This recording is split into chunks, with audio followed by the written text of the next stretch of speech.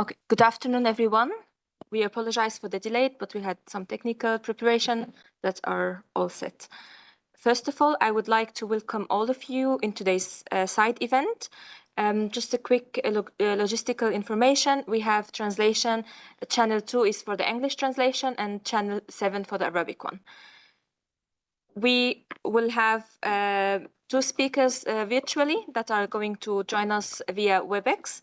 And we have a Q&A session at the end. So if you have any questions, we'll be glad to take it up at the end of the session. First of all, we aimed in this critical time to sound the alarm regarding the situation of Palestinian detainees in Israeli prisoners and in Israeli prisons, military camps, or other detention facilities. Just for you to have a better idea of the content of the speeches, we will be focusing mainly on geographical, from a geographical aspect. So first of all, we will be focusing on Gaza, and then on the West Bank, and also on Palestinians with Israeli citizenship. And to begin, I would like to give the welcome speech to Mrs. Amal Faqih. Amal is the Executive Director of Shams. And yeah, thank you. Thank you, Ghada.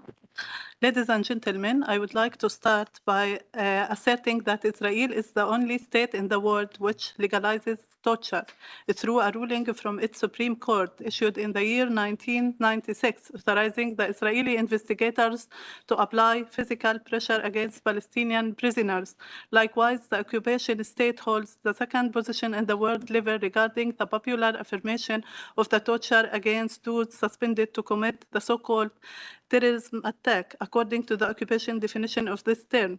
Israel ranks first the scale of the state that produce, use, and exports torture tools, as mentioned in the report of Amnesty International. These tools include handcuffs, chairs of chained prisoners, chemical materials that paralyze the brain like nerve gas, tear gas, and electrical shock machine. In this regard, and since the beginning of the ongoing aggression on the Gaza Strip since October 7, Israel is leading a genocide war that includes killing, forcible displacement, wielding and starvation, and deprivation of the life essentials, food, water, and fuel. Additionally, the occupation state denies the entry of medicine and medical supplies. At the same time, it proceeds in demolishing the civic objective.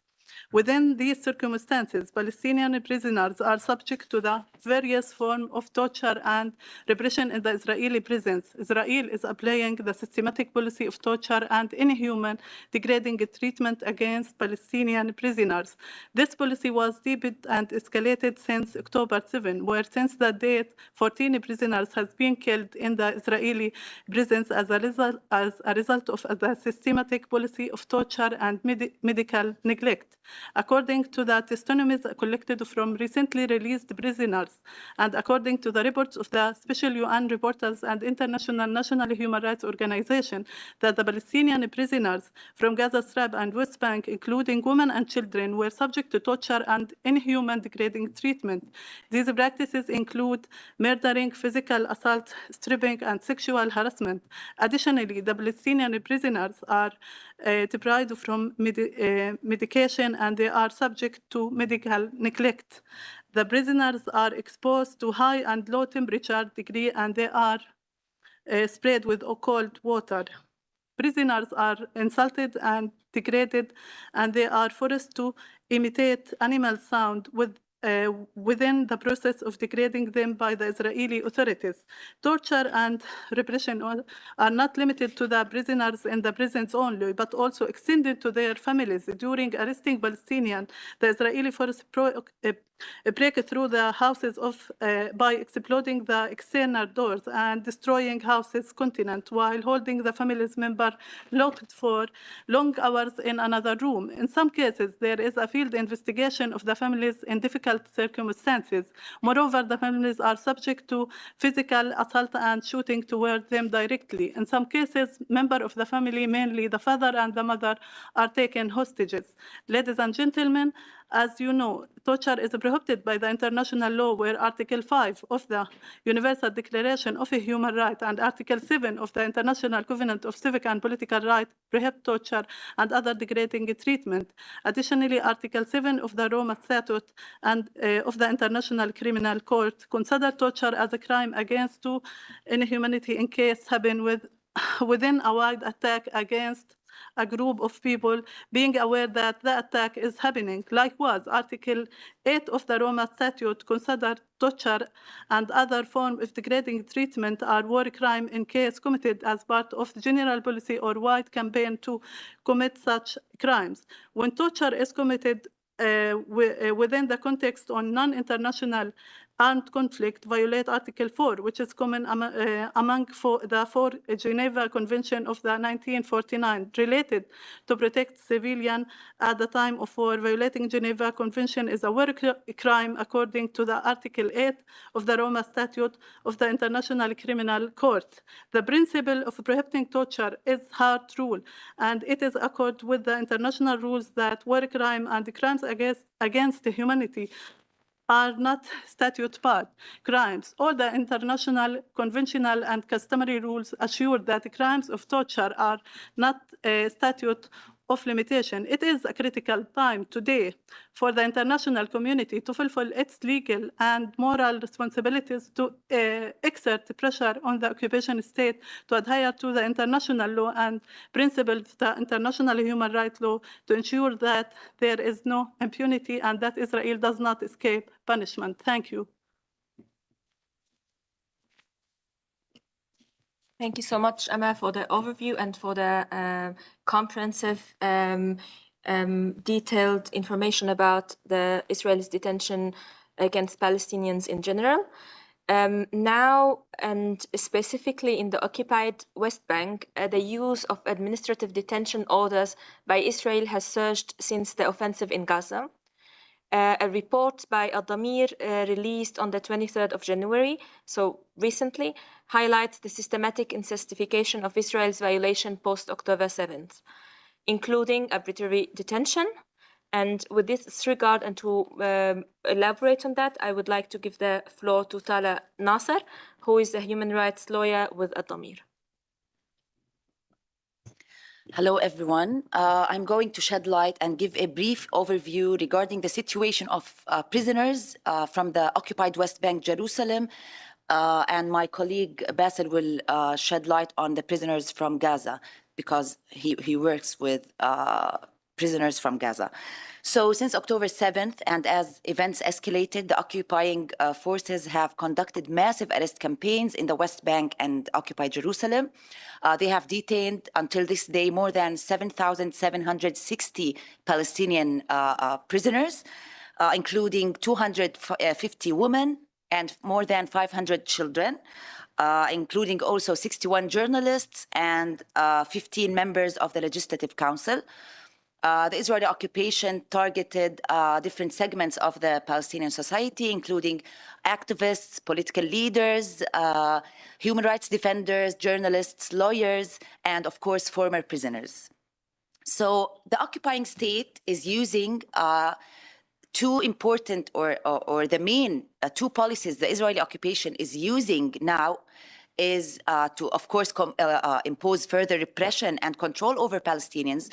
Is the first thing is the administrative detention, which means they can arrest any Palestinian without presenting any charges against them. And the number of administrative detainees until this day have reached 3,600 administrative detainees, which is an unprecedented number.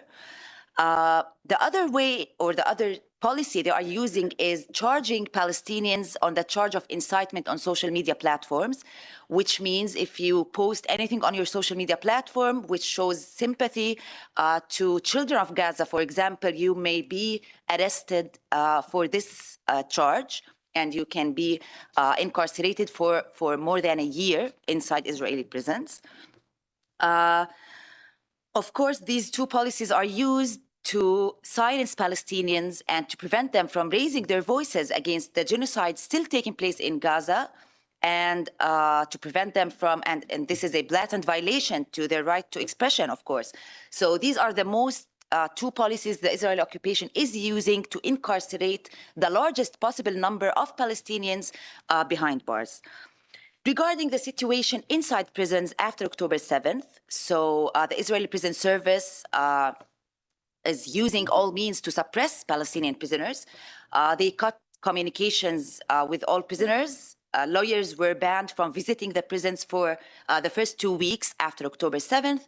The International Committee of the Red Cross is still banned from visiting the prisons until this day.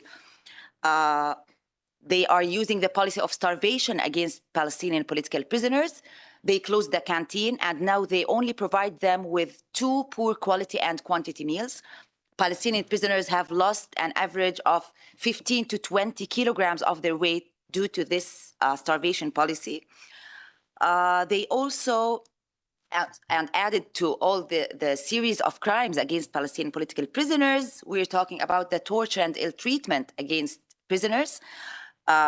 Prisoners are subjected to brutal beatings inside the prison. Special forces raid their cells. They brutally beat them. And this actually led to the killing of 14 Palestinian political prisoners inside the prisons. The Israeli authorities opened an investigation regarding 5 cases of the killed Palestinians. And they did the autopsy examination for these 5 cases.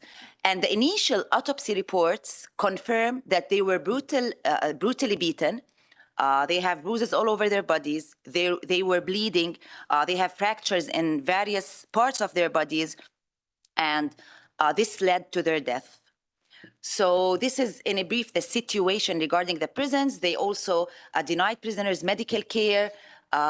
They reduced water supply to only 1 hour per day for prisoners. Of course, they cannot. They are banned from family visits for over 5 months now. One last thing I would like to speak about regarding how the occupying state is using the law as a weapon of war. So since October 7th, the Israeli authorities have amended different military orders and laws. And of course, this is to impose also further control over Palestinians. The first thing is that they allowed overcrowding inside the prisons, which means that now most of the prisoners are sleeping on mattresses on the floor, which is a really harsh condition inside small cells. And they did this by law. They allowed this by law. The second important amendment they made is regarding the administrative detention. So they issued the emergency instructions, and they did this also with the unlawful combatant law, but I would keep this for my colleague to speak about, because they are applying the unlawful combatant law on Gazan detainees, which is similar to the administrative detention law. It's without presenting any charges, and they can renew this detention order indefinitely. So regarding the amendment on administrative detention law, they replaced the detention period with the aim of extending the issuance of an administrative detention order from 72 hours to 144 hours, which is 6 days. And also, after the administrative detention order is issued, this amendment mandates bringing the detainee to the judicial review session within 12 days instead of 8 days. Like before, it was 8 days, and within these 8 days, they have to bring the administrative detainee before the military court. Now it has become 12 days. And all of this is, of course, to give the occupying state more time and to make it easier for them to incarcerate the largest possible number in the shortest period possible. So this is a small briefing regarding what is happening now. Of course, I'm ready to answer any of your questions regarding the situation inside prisons. My colleague also will speak about the torture and ill treatment in a more wider context. Thank you. Thank you so much, Tala.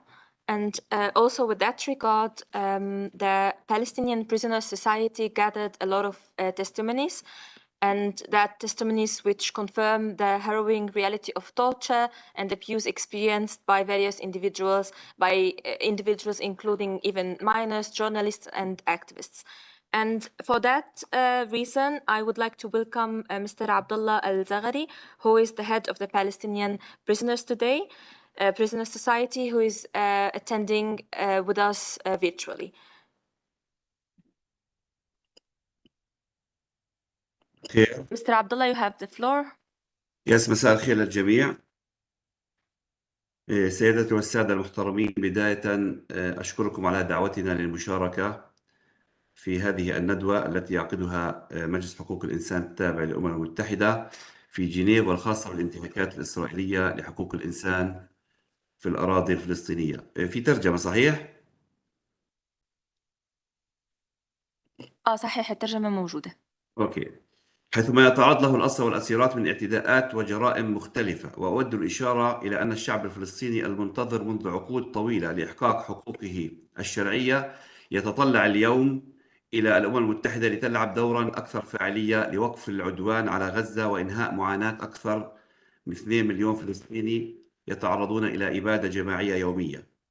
لقد أدت جرائم التعذيب والتنكيل والضرب المبرح بالإضافة إلى سياسة التجويع والجرائم الطبية إلى استشهاد ما لا يقل عن 14 فلسطينيا في سجون الاحتلال ومعسكراته، وفقا للعديد من الشهادات التي تم جمعها من أسرى محررين أو من خلال زيارات عدد من الأسرى داخل المعتقلات كانوا برفقة هؤلاء الشهداء لحظة استشهادهم. وقد عكست عمليات قتل ممنهجة تمت بحقهم. ولعل قضية الأسير الشهيد ثائر أبو عصب كانت من أبرز هذه القضايا، والذي استشهد جراء عمليات الضرب المبرح على يد وحدة تسمى وحدة كيتر في معتقل النقب الصحراوي. إسرائيل اليوم تقترف أفعال تلحق من خلالها الضرر والأذى للأسرى داخل السجون من خلال سياساتها القمعية بحق الأسرى، حيث يعاني بعض الأسرى من الأمراض ولا تقف عند واجبها ومسؤوليتها كدولة احتلال بتوفير الرعاية الطبية لهم، بل تقوم بقمع هؤلاء الأسرى وتعذبهم وتعتدي عليهم ليفارق عددا منهم الحياة بسبب سياسات التعذيب والحرمان الطبي والتي تخالف القوانين الدولية. معي الآن شهادة لأحد المعتقلين الذي كان متواجد مع الشهيد ثائر أبو عصب في نفس الغرفة، ولن يتم ذكر اسم الأسير الذي تم زيارته من قبل أحد المحامين، وهو من مواليد 1971 وكان معتقل منذ عام 2004. وحتى هذا الأسير نفسه كان يعاني من مشاكل في القلب، وأجريت له داخل السجن 3 عمليات قسطرة، وكانت حالة الأسير الصحية جيدة قبل عملية الاعتداء عليه وعلى رفاقه في معتقل النقب. يقول الأسير الذي كان متواجد في سجن النقب بنفس الغرفة التي كان يتواجد بها الأسير الشهيد ثائر أبو عصب الذي تعرض للضرب المبرح معه، وتم أخذ إفادة الأسير كالتالي: بتاريخ 18/11/2023 كنت متواجدا بنفس الغرفة المتواجد بها الشهيد ثائر أبو عصب، وبحوالي الساعة 7 مساء تم إجراء ما يسمى بالعد الأمني من قبل إدارة مصلحة السجون داخل الغرفة، وكان ثائر أبو عصب متواجد معنا وقام بسؤال أحد السجانين: هل هناك هدنة في غزة؟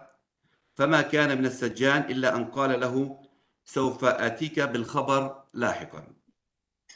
وسرعان ما عادت وحدة مكونة من أكثر من 20 سجانا، وهم ملثمون ومقنعون ويحملون أدوات مختلفة من الأسلحة، حيث تفاجأ الأسرى بوجود هذه الوحدة الخاصة التي اقتحمت الغرفة وطلبت منهم الجلوس بجلسة القرفصاء وأن يكونوا في مؤخرة الغرفة ويدهم إلى خلف رؤوسهم. وما أن فعل الأسرى ذلك تفاجأوا بدخول هذه الوحدة الخاصة والتي تسمى كيتر، وهم ملثمون ومزودين بالعصي والحديدية ومدججين بالأسلحة، وانهالوا على جميع من بالغرفة بالضرب المبرح على جميع أنحاء أجسادهم، ولم يتركوا أي أحد منهم داخل الغرفة إلا وتم الاعتداء عليه، وتركوا ينزفوا والدماء تسيل من معظمهم، ومنهم من فقد الوعي، وكان أكثرهم من فقد وعيه الشهيد ثائر أبو عصب الذي أصيب إصابة مباشرة بالرأس، بالإضافة إلى الأسير الذي يروي لنا الشهادة والذي كان قد تعرض إلى إصابات بليغة في بطنه وفي صدره، وكذلك كسور في مختلف أنحاء جسده. وبعد ربع ساعة من هذا الاعتداء الوحشي والهمجي من قبل السجانين، تفاجأ الأسرى أنهم بعد ذلك عادوا مرة أخرى واستمروا بالضرب لمدة 3 دقائق أخرى، حتى تأكدوا بأن الشهيد ثائر أبو عصب قد فارق الحياة. ثم ترك الأسرى في الغرفة لليوم التالي وهم غارقون بالدماء، ولم يتم فحصهم من قبل الممرضين أو الأطباء، بل تم إبلاغ السجانين أن الشهيد ثائر لا يتحرك بعد أن تم فحصه من قبل الممرضين، ثم تم نقله من الغرفة وتبين لاحقا أنه استشهد. هذا ما حصل مع الشهيد ثائر أبو عصب الذي كان متواجدا في تلك الغرفة. ويضيف الراوي وهو أحد الأسرى الذي كان متواجد مع الأسير ثائر أبو عصب أنه منذ 18/11/2023 وحتى تاريخ 5/1/2004 لم يسمح للأسرى بالنزول إلى عيادة السجن ولم يتم فحصهم من قبل أطباء المعتقل. كذلك منذ تاريخ 18/11 بدأ وضع الأسير الذي يروي هذه الرواية بدأ وضعه الصحي بالتدهور، وبدأت الأوجاع بجميع أنحاء جسده ولم يستطع تناول الطعام لأن جسده كان منهكا وفقد أكثر من 30 كيلوغرام من وزنه. في ضوء هذه الشهادة وعديد من الشهادات التي يعني تم الحصول عليها بالتعاون مع مختلف المؤسسات الفلسطينية، كان لابد من الإشارة إلى أن هؤلاء المعتقلين الذين يتعرضون إلى عمليات القتل اليومي هم من تم معرفتهم وهم ما يقارب 14 أسيرا، ولكن الاحتلال الإسرائيلي في قطاع غزة كما تعلمون لا زال يواصل سياسة الإخفاء القسري بحق الآلاف من المعتقلين الغزيين الذين لم يتم الإفصاح عن أي معلومات تتعلق بأماكن احتجازهم وظروف اعتقالهم. ونحن نعتقد أن هناك المئات ممن تم إعدامهم في قطاع غزة في الوقت الذي أعلنت عنه بعض وسائل الإعلام الإسرائيلية قبل عدة أسابيع أنه تم قتل 27 فلسطيني في معسكرات تابعة لجيش الاحتلال الإسرائيلي يحتجز بها معتقلون من قطاع غزة، وتحديدا أحد المعسكرات الذي يسمى سيدي 200 قرب النقب، وآخر يسمى عنتوت. طبعا هناك المئات ربما من الشهادات التي تم توثيقها من قبل نادي الأسير ومؤسسات شريكة كالضمير وبعض المؤسسات الأخرى من أجل أن تكون وثائق لمحاكمة هذا الاحتلال على ما اقترفه من جرائم بحق المعتقلين. وفي ضوء كثافة الجرائم المتصاعدة والإبادة المستمرة في غزة، فإننا نطالب الدول السامية الموقعة على اتفاقيات جنيف بضرورة الضغط على دولة الاحتلال لوقف عدوانها بحق الأسرى الفلسطينيين في معتقلات ومعسكرات الاحتلال الإسرائيلي. كما نطالب بتشكيل لجنة تحقيق دولية محايدة ومستقلة للتحقيق في الجرائم المرتكبة بحق الأسرى داخل السجون بعد 7 أكتوبر، والضغط في سبيل وقف جريمة الاعتقال الإداري المتصاعدة بشكل مكثف.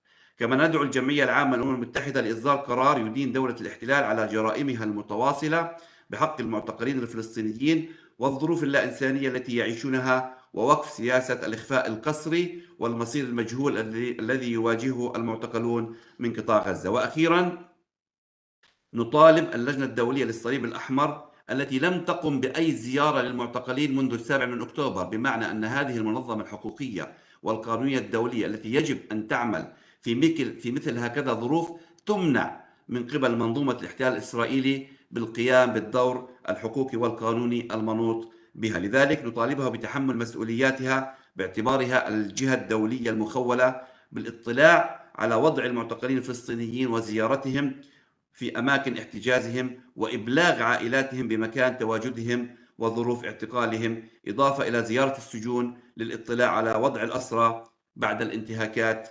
الواسعة والجسيمة التي طالتهم. شكرا لكم.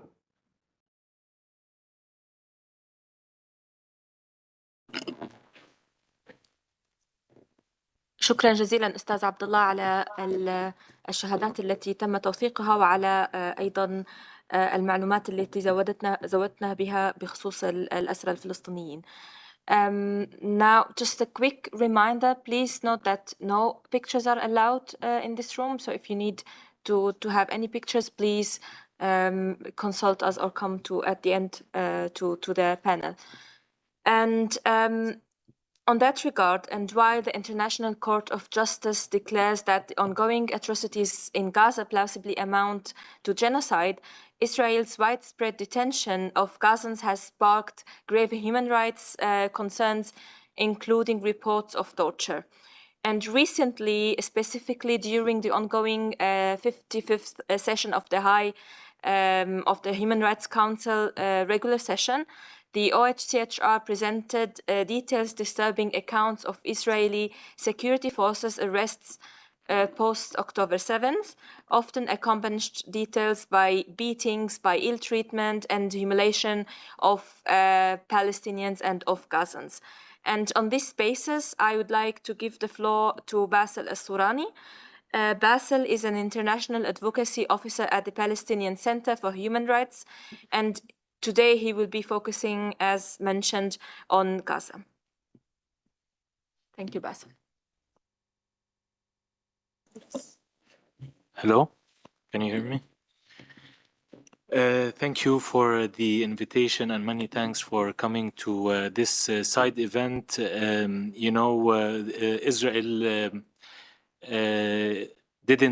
is not only satisfied with the murdering and wounding and displacing and starving the civilian population in the Gaza Strip, but it's also torturing them. This torture comes as part of the genocidal campaign that Israel launched on the Gaza Strip on the 7th of October. And it was made clear from the statements of the Israeli Prime Minister, the Israeli President, the Israeli Defense Minister, when they said that there is no distinction, there is no innocent civilian in Gaza. That's just a myth.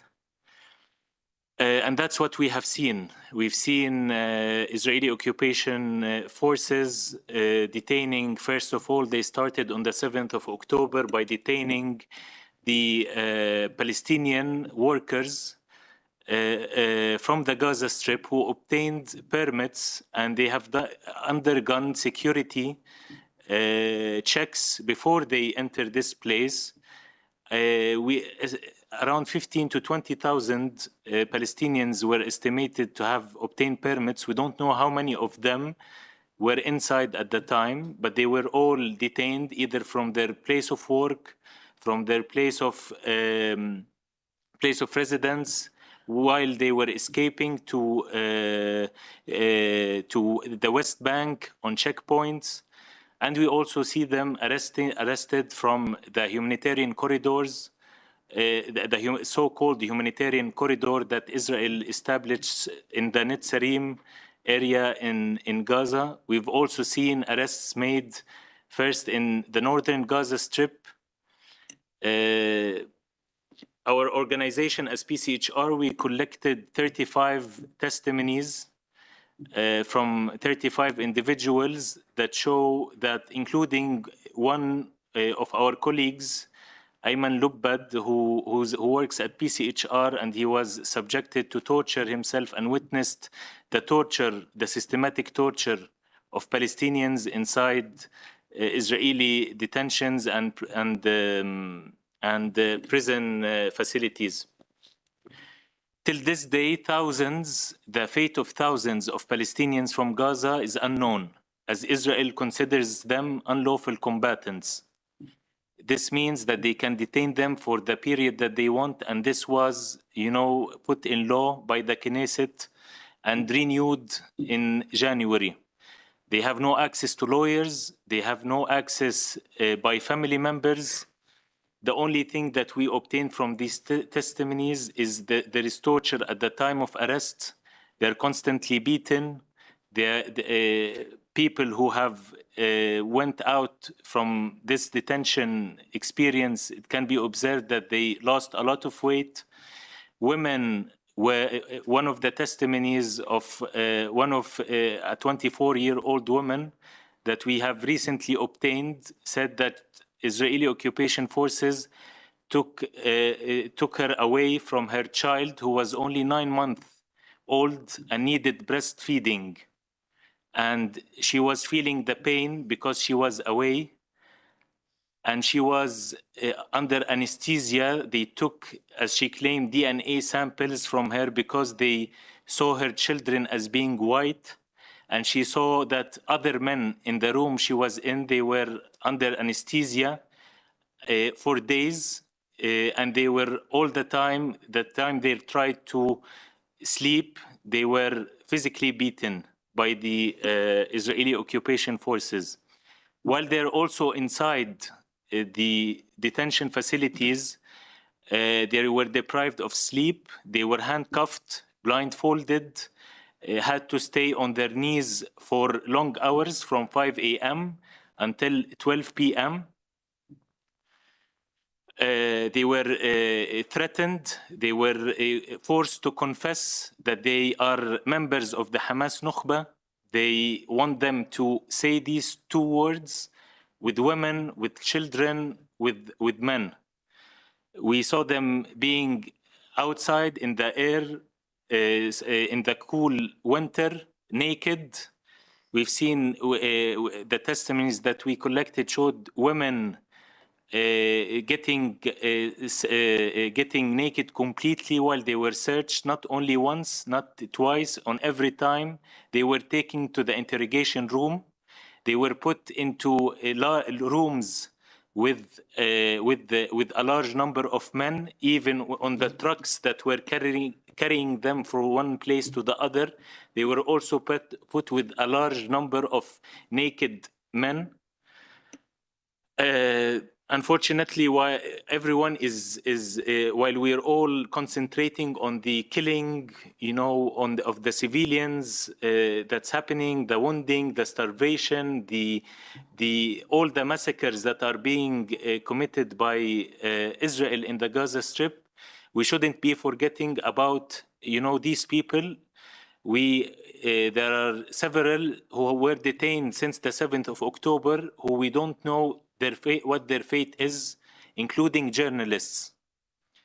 So we call on you to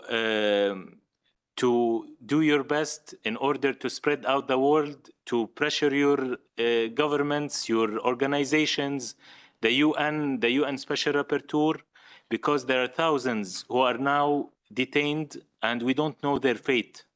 And we know they are subjected to torture. As my colleague spoke earlier, Haaretz reported that 27 Palestinians from the Gaza Strip have been killed from torture inside Israeli prisons. Till now, we don't know who they are, their names, absolute secrecy about everything that's happening there. So we hope that we urge you to speak out about this, because there are many loved ones who don't know the fate of their friends, of their families for months now, 6 months. It's not a week or two, it's not a month or two, it's 6 months of genocide, and people still have to suffer while they are away from their loved ones. The ones who are detained, some of the ones who are detained, they are released to the south. Their families are in the north. Some of these people who are released and taken, especially the men, they are the breadwinners of the family. They are the ones who are responsible for getting the food, getting the medicine, getting everything for those families. They are in the south and separated away by the Israeli military, which disconnected the Gaza Strip into two halves as it continues its genocide. It should be remembered, I don't want to take much longer of your time, but it should be remembered that the Israeli president himself said that there is no such thing as an innocent civilian in Gaza. And that's how the Israeli soldiers and the Israeli army has been acting.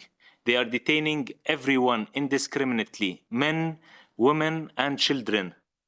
It doesn't matter if you're a member of an armed group or not. You're all looked at as one. Thank you.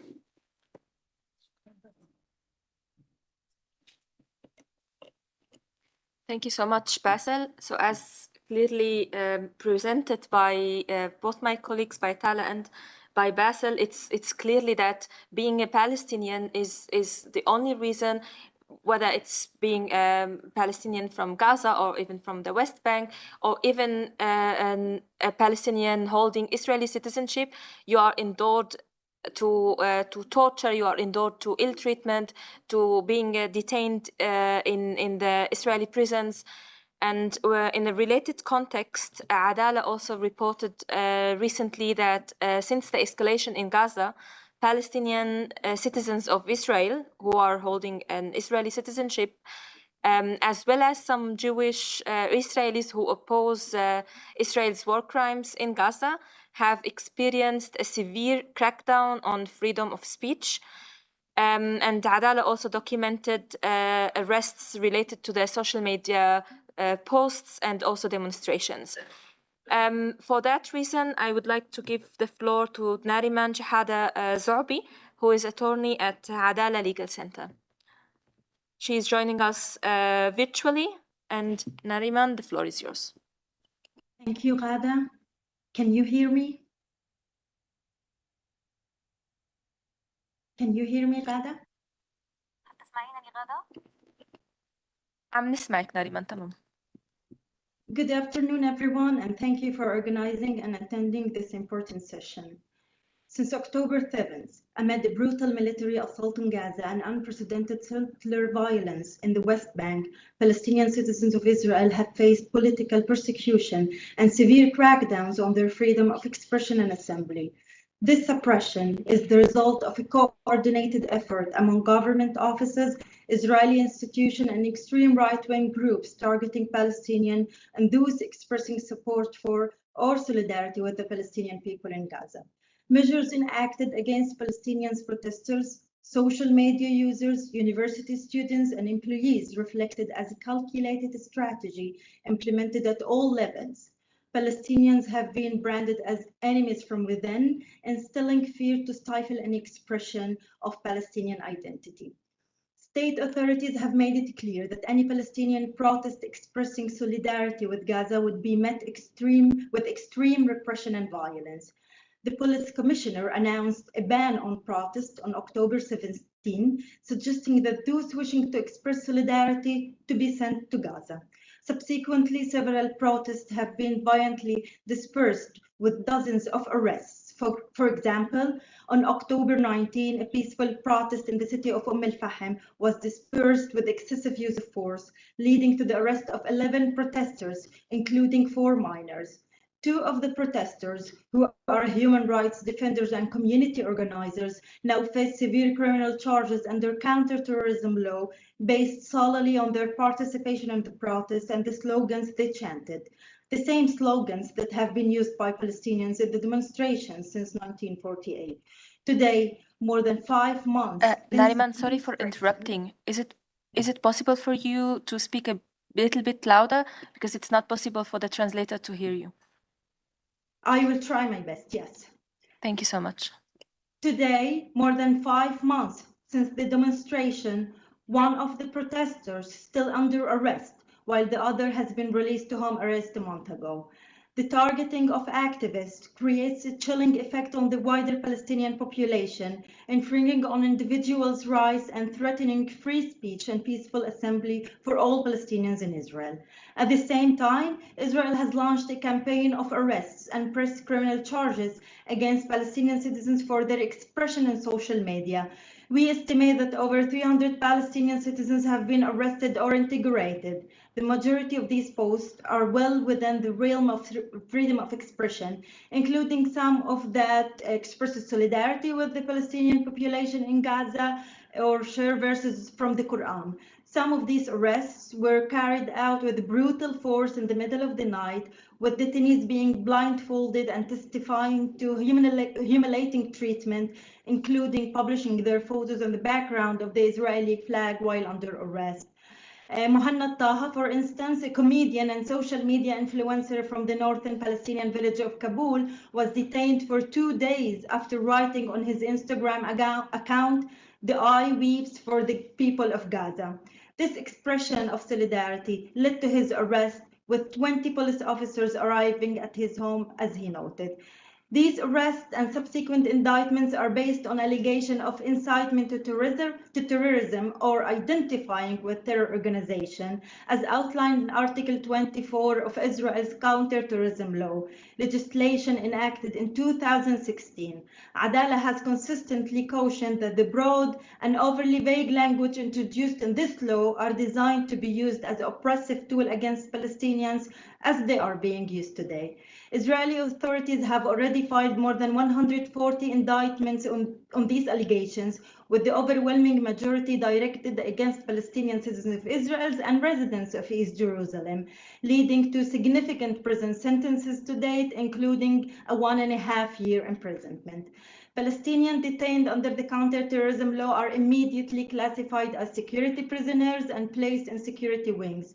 The conditions in these wings have deteriorated significantly over the past 6 months, including severe overcrowding, denial of family visits, prolonged delays for lawyer visits, inadequate access to food and hygiene items, and more. This is in addition to reports of severe and widespread torture and ill treatment, including verbal, psychological, physical, and even sexual abuse, as have been documented and as detailed by my colleagues, Mrs. Tala and Mr. Abdullah. This is unfolding while radical wing groups are waging an online campaigns of incitements and hatred against Palestinians, explicitly advocating violence against them, which goes completely unpunished. Notably, the State Attorney's Office reported that as of November 22, only one indictment of incitement has been filed against a Jewish Israeli. Amidst state repression and violence, private and sub-state entities have also engaged in the persecution of Palestinian citizens. Dozens of Palestinian citizens have faced suppression, suspension, and termination from workplaces due to their social media posts or other expressions. This crackdown has been encouraged and supported by authorities, including, for instance, the Minister of Health, who declared a policy of zero tolerance for supporters of terrorism in health system. Similarly, Israeli academic institution initiated disciplinary proceedings against around 160 Palestinian students for their posts and their private social media account. These proceedings were prompted by complaints filed by far-right Jewish Israeli organized student groups and individual students within the institutions, and have resulted in extreme sanctions, including expulsion. The severe punitive measures undertaken by academic institutions exclusively target Palestinian students as well as professors, and have been explicitly endorsed by the Israeli Minister of Education, who guided the academic institution also to file complaints to the police. The widespread assault on freedom of expression, assembly, and the Palestinian identity serves as a testament to a loyalty test imposed on Palestinian citizens. Both state and non-state institutions, alongside the media and Israeli society at large, have explicitly conveyed the Palestinians seeking to express their identity or demonstrate their grief and outrage over the atrocities suffered by their fellow Palestinians in Gaza are deemed enemies and must preemptively silenced, utilizing all tools at their disposal. Thank you.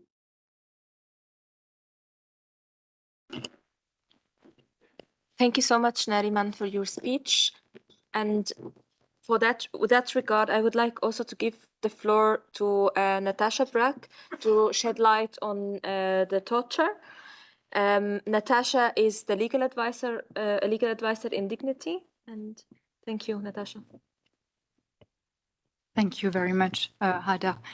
Your Excellencies, dear esteemed participants, dear colleagues, it's difficult to now take the floor. I think a lot has been said so far regarding the policies and practices in Israeli detentions. So what I will do, and I would like to focus, of course, my presentation on the various forms of ill treatment and including torture that we have identified and assessed while reviewing cases shared by our partners, and I will go back to that later. But before that, I thought it was very important to remind ourselves that torture is universally and absolutely prohibited under international law at all times against any individuals. Whether they are armed groups, civilians, individuals, torture is unlawful. And the reality, unfortunately, in the occupied Palestinian territories and Israel starkly contrasts with this clear prohibition. Over the last 6 months, several organizations, Palestinians, Israelis, international organizations, and many of them are present in this room and in this panel today, have documented the systematic use of ill treatment and the severe escalation in the abuse suffered by Palestinian detainees and prisoners held in Israeli detention and prisons. It is important to highlight that such practices are not new. They have started and have been used long before October 7th. Several UN bodies, and I can refer to the Human Rights Committee or the Committee Against Torture, in 2022 and already in 2016, criticized the use of torture and ill treatment in Israel. What we are seeing today is only an exacerbation of established policies and practices. And the various practices highlighted by my fellow panelists, as I said, have been long established. In the context of Palestine, I would like also to highlight that acts of torture, my colleagues from Shams also already highlighted that acts of torture and ill treatment may amount to war crimes if they are perpetrated within the armed conflict. They could also be deemed as crimes against humanity if they are part of a widespread or systematic attack against the Palestinian population. And finally, the gravity of these actions is further exacerbated when considering their potential qualification as acts of genocide if committed with the intent to destroy in whole or in part the Palestinian group. So now I would like to delve into more details regarding the detention, conditions of detention. And over the last few weeks, Dignity, the Danish Institute Against Torture, in partnership with the Palestinian Center for Human Rights, PCHR, have been reviewing the cases documented coming from Gaza. And the testimonies reviewed by our team of lawyers and doctors show similar patterns of ill treatment inflicted on Palestinians. The methods of ill treatment employed are myriad and particularly grave. From repeated beatings, as we have already heard, to the use of electric shock and cigarette burns. From denial of basic human rights, such as food, water, sleep, for a long, extended period of times, to being left in stressed positions for hours. The spectrum of brutality is broad. It is almost impossible to talk about detention in Israeli detention today without talking about torture and ill treatment. In addition to that, threats against individuals and their families, threat of being killed, threat of being tortured, threat of imprisonment, coupled with acts of humiliation, constant humiliation, repeated insults, and acts of sexual violence, as we have recently heard in the media, threats of sexual violence, rape, and also the generalized practice, of being stripped naked. Further exacerbates the physical and psychological violence inflicted upon victims. Even seemingly lawful methods of restraint, such as handcuffing, have been misused to the extent of potentially amounting to torture and ill treatment. Reports indicate that detainees from Gaza are blindfolded and handcuffed most of the time. These various forms of ill treatment are known to have several health consequences. They extend far beyond the physical realm, inflicting deep and enduring psychological scars on survivors, from temporary pain to chronic disability, from neurological damage to the ultimate loss of life, as we have already heard. The toll of torture is immeasurable. In conclusion, we must not forget our commitment to upholding the principles of justice, dignity, and human rights for all. We cannot turn a blind eye to the suffering endured by countless Palestinians, including children, women, and disabled individuals subjected to torture and ill treatment every day. It is incumbent upon us to seek justice for all the victims and demand that all those responsible be held accountable, not only for the victims, but also to protect and defend international law and the rule-based order we all hold so dear. Thank you very much. Thank you so much, Natasha, for your speech and for the presentation that you have done. I would like now to open the floor for any questions, if you have any questions. Yes, please.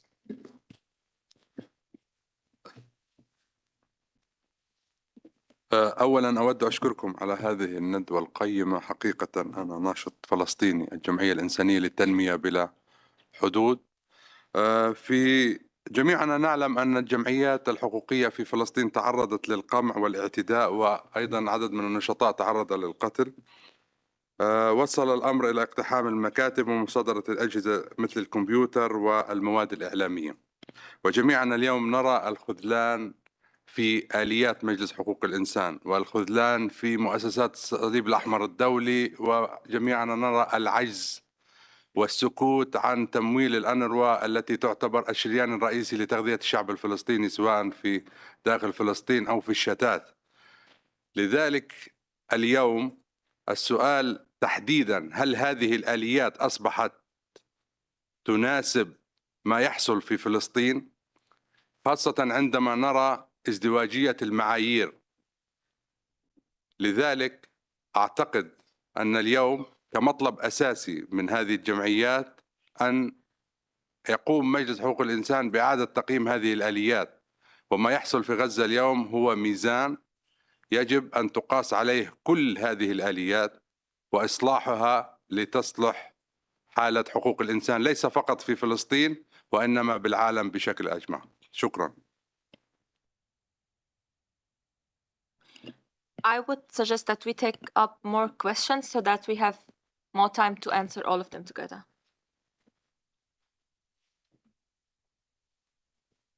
We will take one question, then we'll come back to you. Roswitha Grass, thank you very much.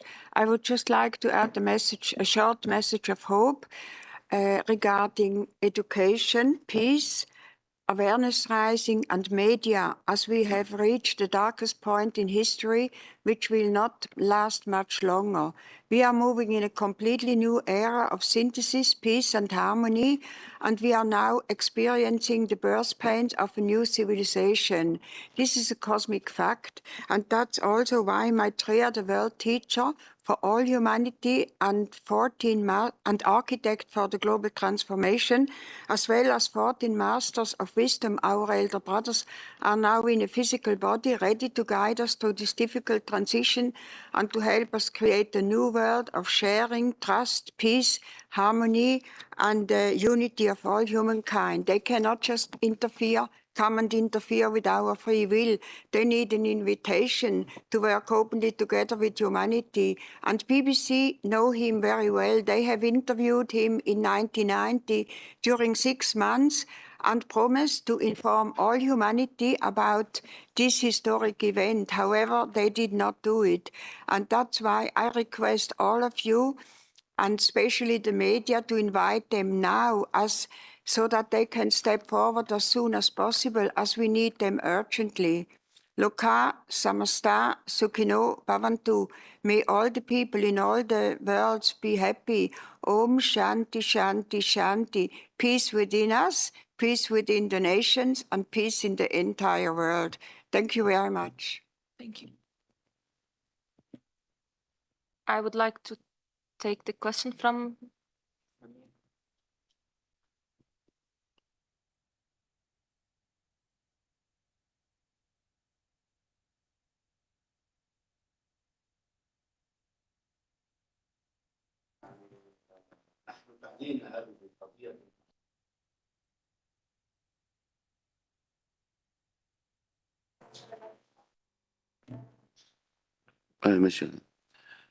قضية المعتقلين الفلسطينيين نعتبرها قضية لنا أسوة بالقضية المعتقلين اللبنانيين أثناء الاحتلال الإسرائيلي.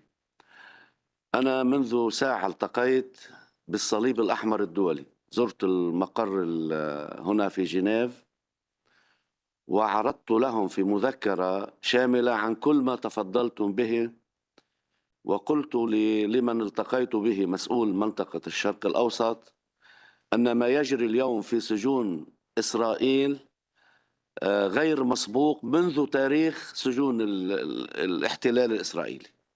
شيء لا يتصوره عقل، لا نستطيع أن نصفه. أنا أولا أحيي المؤسسات الفلسطينية الحقوقية جميعها، يعني وبما فيه الشعب الفلسطيني. هذه المؤسسات التي تعمل في ظل ظروف الاحتلال والقمع والاعتقال إلى آخر ما هنالك. ولكن أيضا علينا كمؤسسات أن نوجه الملاحظات إلى المؤسسات الأجنبية، سواء ديجنيتي أو HRC أو منظمات العفو الدولية أو غيرها. هذه المنظمات التي عليها أن ترفع صوتها أكثر وتطالب يعني إسرائيل، وتطالب أيضا المنظمات الدولية كالصليب الأحمر. يعني الصليب الأحمر قال لي اليوم أنه نحن بيمنعونا. بعتذر منك بسبب ضيق الوقت، هل ممكن نطرح السؤال؟ يعني أنا أوجه النقد والتقصير للمؤسسات الأجنبية التي قصرت كثيرا في قضية الحرب. Thank you for all of your questions. We don't have much time left, but we will be near to the hall, so we can still answer your questions if you have any, and also for the questions that are not answered yet. And just to sum up, it's very crucial and important and very urgent as well for the UN Commission of Inquiry and Special Procedures to investigate the situation of arrests and torture against Palestinians, both in Palestine and also in Israel. Third states as well need to take action to prevent these atrocities and hold perpetrators accountable.